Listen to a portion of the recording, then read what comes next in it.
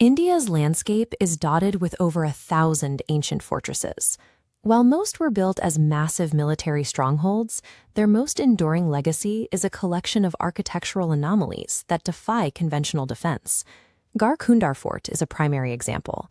This massive structure is clearly visible from up to 5 kilometers away, standing as an obvious target on the horizon.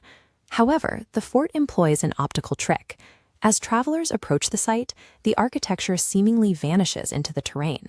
The path that leads toward the fort from a distance actually veers away, guiding visitors into the wilderness rather than to the gates. Local legends recount a wedding party of 60 people who wandered into the fort's basement levels and never emerged. This disappearance points to the structure's true nature. By layering deceptive pathways and subterranean labyrinths, the architects created a psychological defense system that neutralized intruders by stripping away their sense of direction.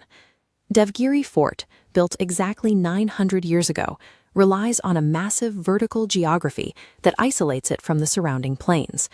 To reach the summit, an invading force had to navigate a 100-foot vertical drop carved from sheer rock and cross a moat filled with crocodiles. Even then, they faced a series of gates positioned a full kilometer from the actual citadel. The most effective trap was internal. The fort features a winding maze designed for zero visibility. In this total darkness, disoriented soldiers panicked. Unable to distinguish friend from foe, invading forces frequently turned their weapons on each other. While Devgiri uses vertical drops, Shergarh Fort in Bihar uses camouflage. It is hidden by dense forest and a network of secret tunnels that, once closed, make the entire complex virtually invisible from the outside. These architects understood that forcing an enemy to fight their own environment is a more efficient method of defense than a direct physical engagement. Beyond physical barriers, these sites employ psychological snares that leverage human desire for hidden imperial riches. At Sujanpur Tira, a narrow 5-kilometer tunnel is said to lead to King Sansar Chand's treasury. The tunnel is so cramped and dark that modern explorers rarely progress far before the lack of air and light forces them back. Raaz Fort is tied to legends of alchemy.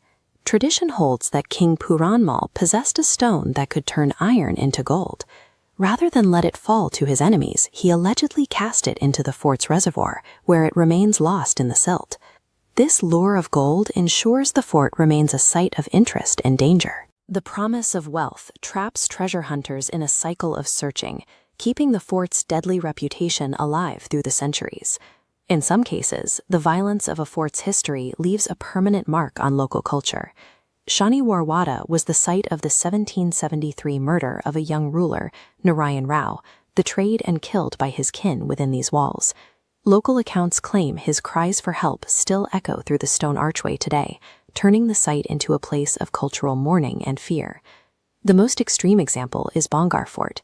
Here, the reputation of the site is so intense that it has prompted a unique legal mandate. The Indian government has placed an official ban on the site, forbidding anyone from entering the ruins between sunset and sunrise.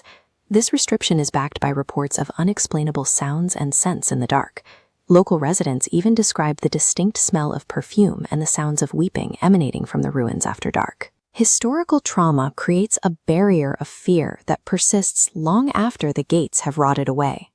These massive stone structures continue to operate as defensive networks, even in the modern day. They exist as vanished parties, alchemical treasures hidden in the mud, and restless spirits of the past. These stories are not separate from the forts. They are the result of the architecture itself. By combining deceptive engineering with a history of conflict, these sites have generated a legacy of myth that functions as a final, invisible perimeter. Long after the empires have fallen, the fear of what lies within these stones continues to achieve the original goal, keeping everyone else out.